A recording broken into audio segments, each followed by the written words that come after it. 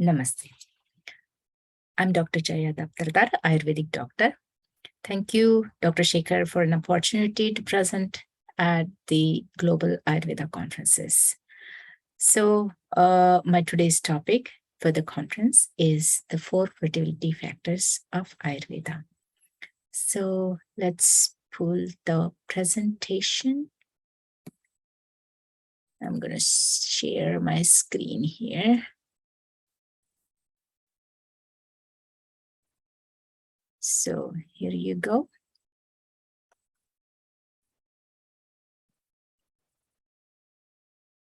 Okay.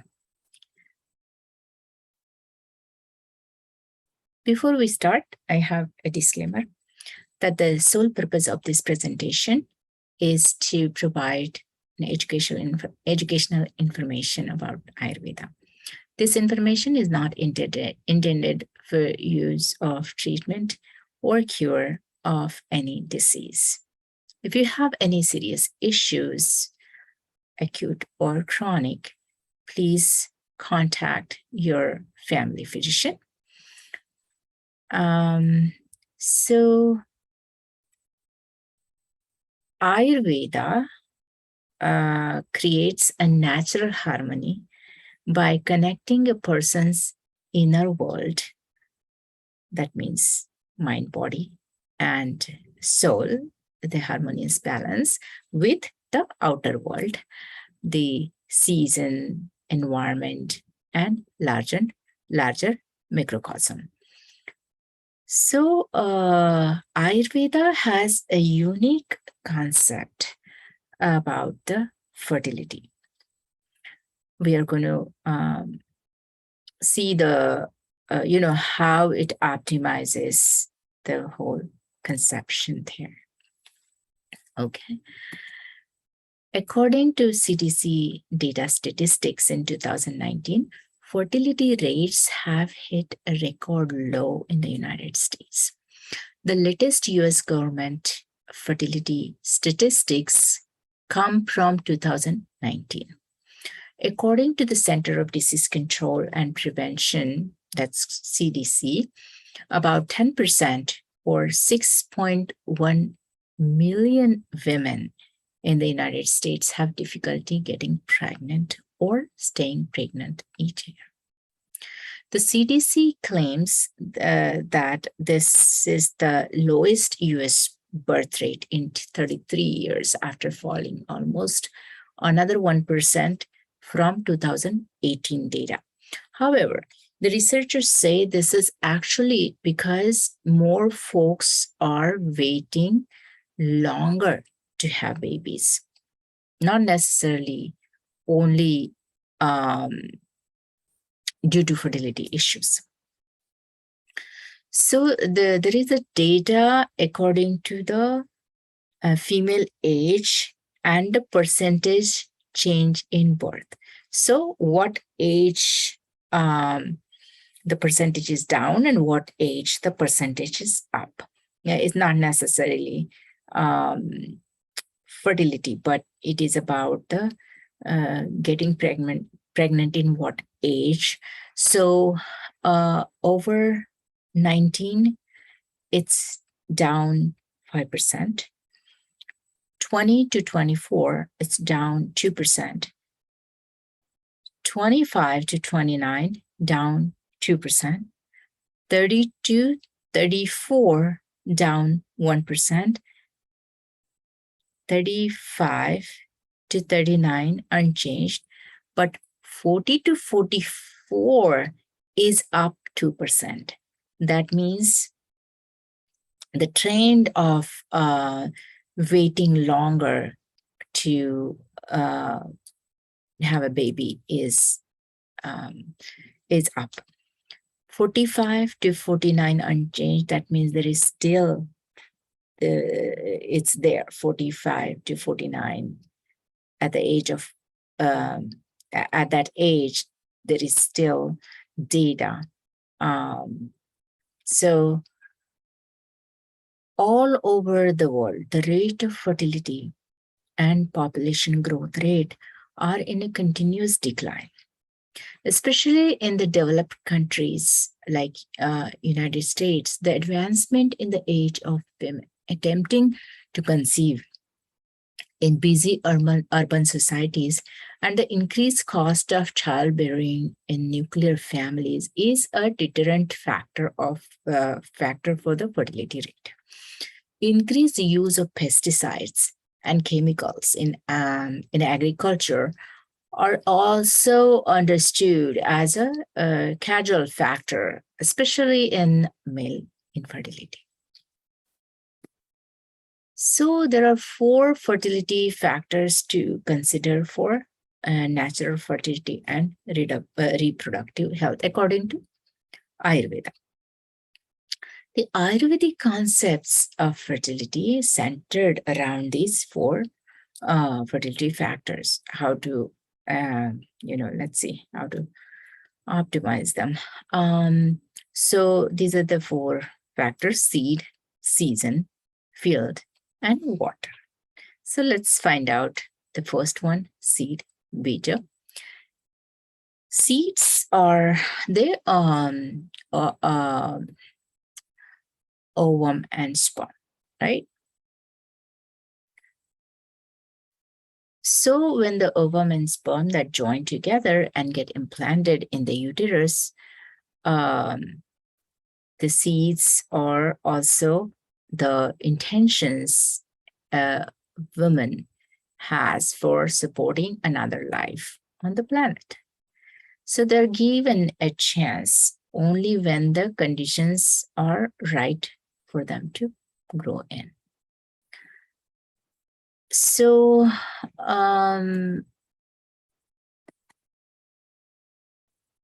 this reproductive tissue is the most refined and complete tissue of the body, but that requires a strong metabolic system to assist the formation of healthy sperm and ovum. So that is the basic.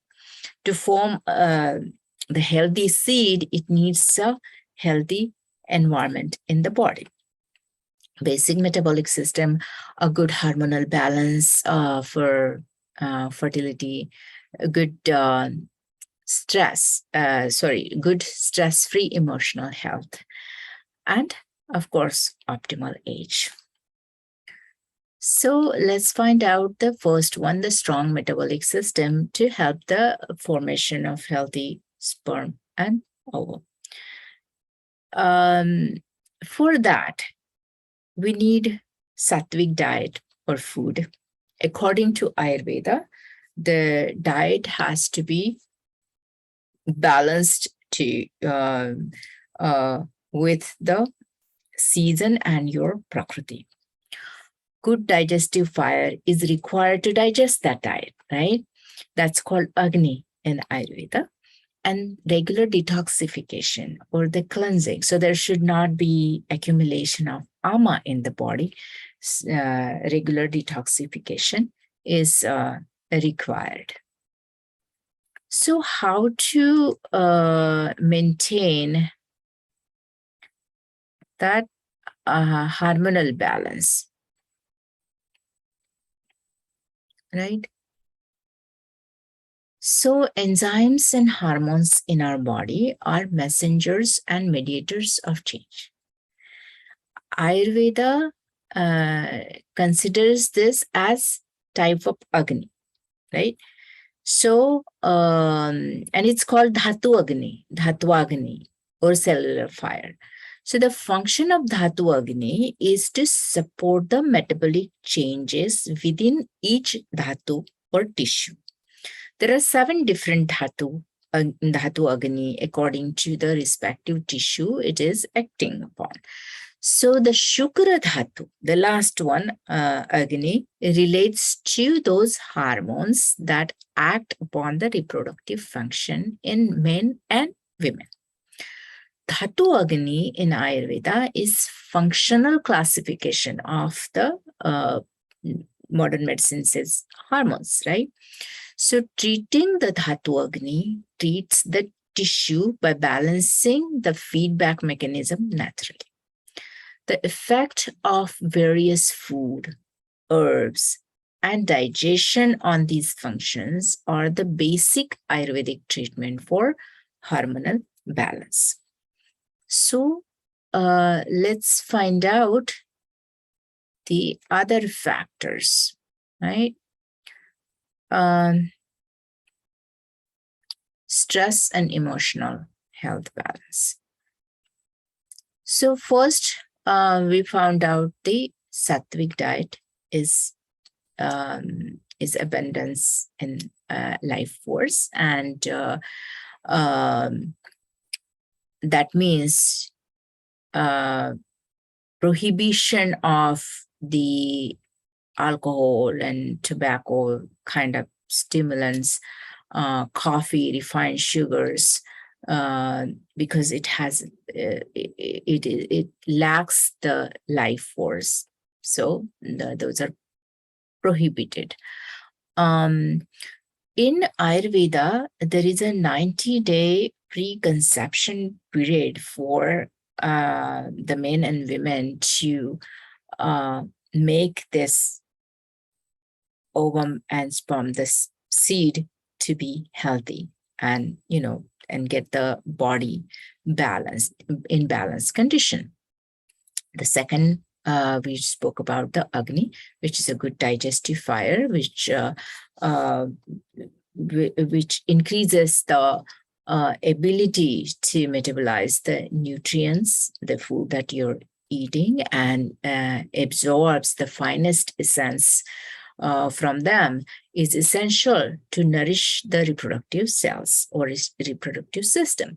So Ayurveda understands the series of metabolic process leading the food being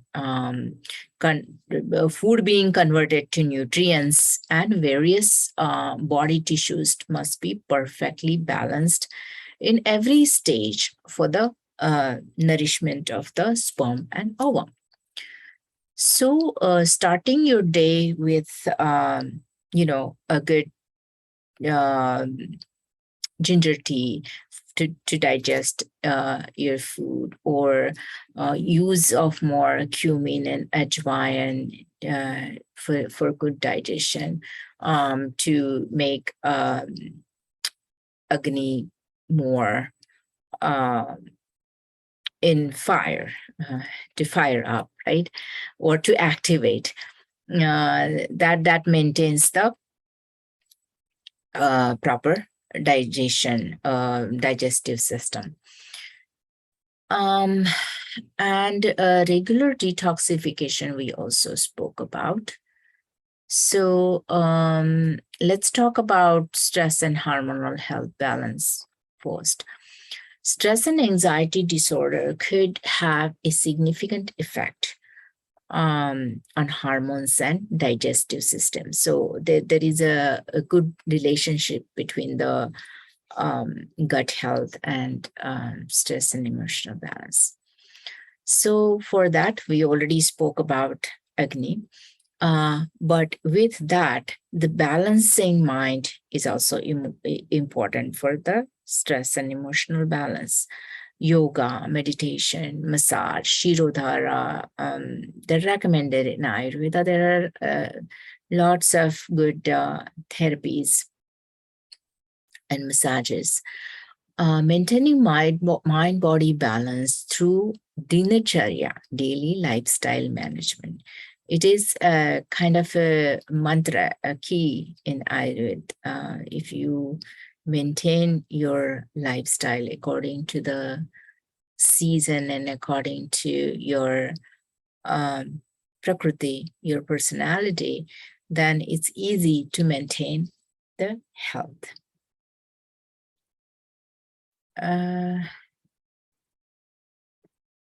next one is season and timing. I think we missed the slide of detoxification, but that's okay. Ayurveda recommends regular cleansing of our internal system to achieve the optimum functioning of our tissue or the nourishment. Our body accumulates in time accumulates ama in time-to-time basis due to the combination of the internal and external factors. Various chemicals used in vegetables and in farming. So it comes into in your diet if you don't use organic products. That's kind of a metabolic waste called ama that accumulates in our body. And ama is understood as having the negative impact on various physical and emotional, cognitive, behavioral functions. So this has a direct impact on the quality of sperm in men and also the regularity of the ovulation. So the cleansing method is used in Ayurveda or adopted in Ayurveda according to individual's body type and for a period of time necessarily depending on the level of various ama symptoms if there are any. So now the next is the season and the timing. So the timing is Rutu in Ayurveda. So there is a good Rutucharya has been mentioned in Ayurvedic scripts. So timing is very important. So timing is like time in your life. Is it the right time for the couple to get pregnant, right? Is it a right time of the year where you have a less stress and a good environment in the family? Is it a right time for the monthly cycle, the ovulation cycle?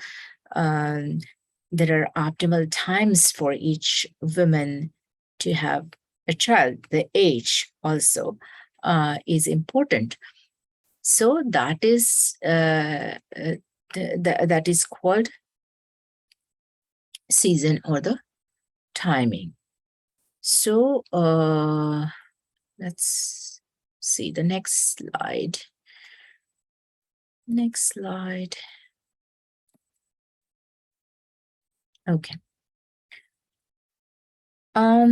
No stress is very important. It has to be a peaceful time in the house and in the office and whatever you do. If the couple decides to have a baby, stability in life, like I said before, that means you're settled with your responsibilities, finances, and duties. That's important during that time. Healthy menstrual cycle to determine the ovulation occurs or not. Because there are the factors if there is a polycystic ovarian syndrome and if it is not detected, then there is a problem because it's more ama, accumulation of kapha in the body. And if it's not treated, then there is either irregular ovulation or no ovulation. Nature as a whole is most fertile during the spring season, according to Ayurveda, and it is because in the spring the trees are budding and the flowers are blooming, eggs are hatching, and the juiciness of the spring replaces the dryness of winter.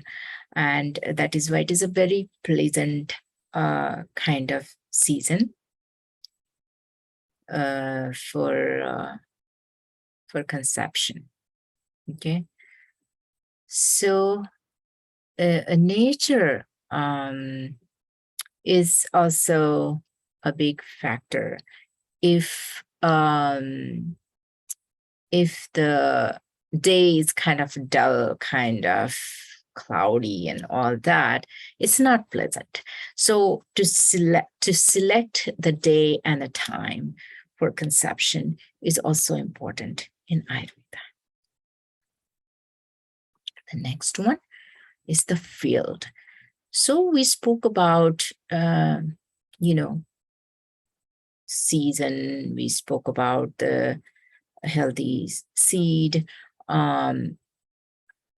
Field is also important because field is where the fetus is going to grow, right? So it is kshetra, that means uterus is the kshetra field and the other reproductive organs, of course, which contribute to the creation and gestation of a fetus and the nurturing child, as well as the larger environment around mother and child and family. That's also field. The field is a welcoming home for a new baby. So all these factors are involved when we say field, right? So uterus is the field, like we said. It should be clear. The passage should be clear. The uterus should be healthy, free of toxins. Not there should not be a lot of kapha accumulations. No obstruction in fallopian tubes. Doshas has to be balanced. So all these things are important for the preparation and continuation of healthy fertility, continuation of pregnancy. So this is the fourth one, water and field. Water, that means fluid. Sorry. So water is a fluid that flows through the field, right, to nourish the tissues for both mother and child, delivering message via hormones and lubricating the body for the immense physical changes taking place during the menstrual cycle. So fluid is like a continuous messenger in our body, and that is also a nutrition, that also provides nutrition in the whole gestational cycle and birth. So the water element is actually a nurturer, a carrier. It maintains the stability of the temperature inside the body so that the metabolic process can take place within their optimum range. So that means a good blood is important. The healthy blood levels are important. And the healthy nutrition for the nourishment. So proper nourishment, well-balanced diet with all the essential minerals and vitamins and whatever is needed, the protein, balanced hormones, strong and healthy plasma, lymph, and blood is needed. So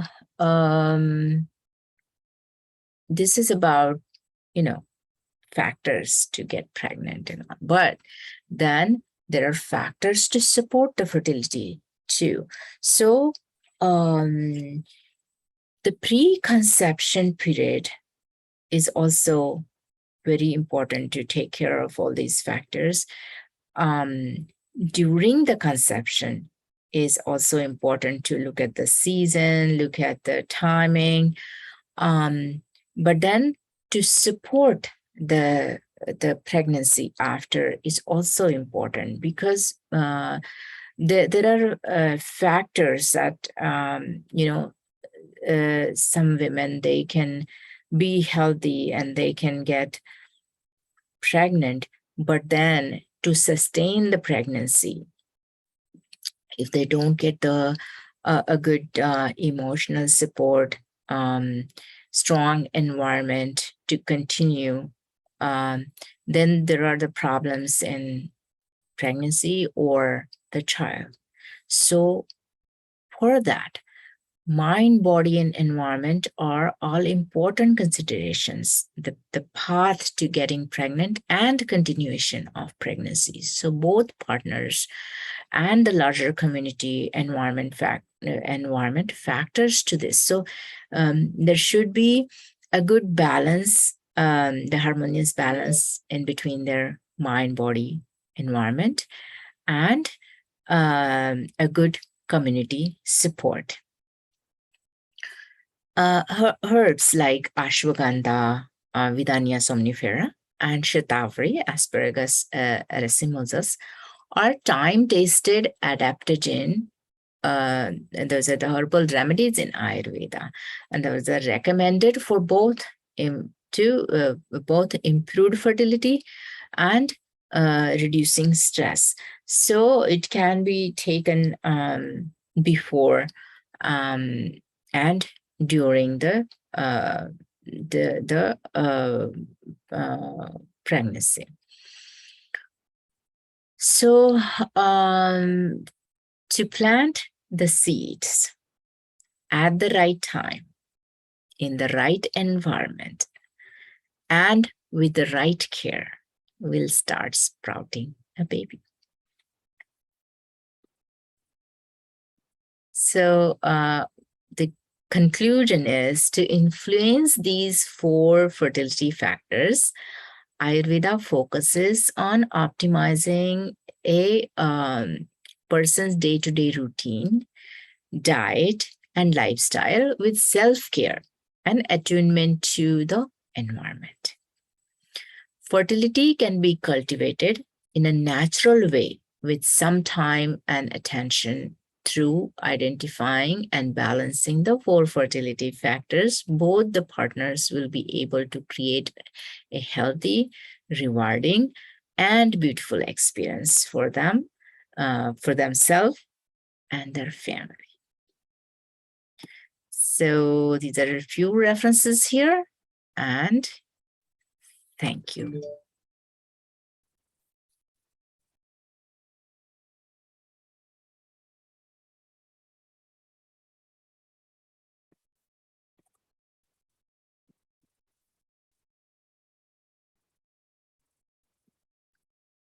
Okay.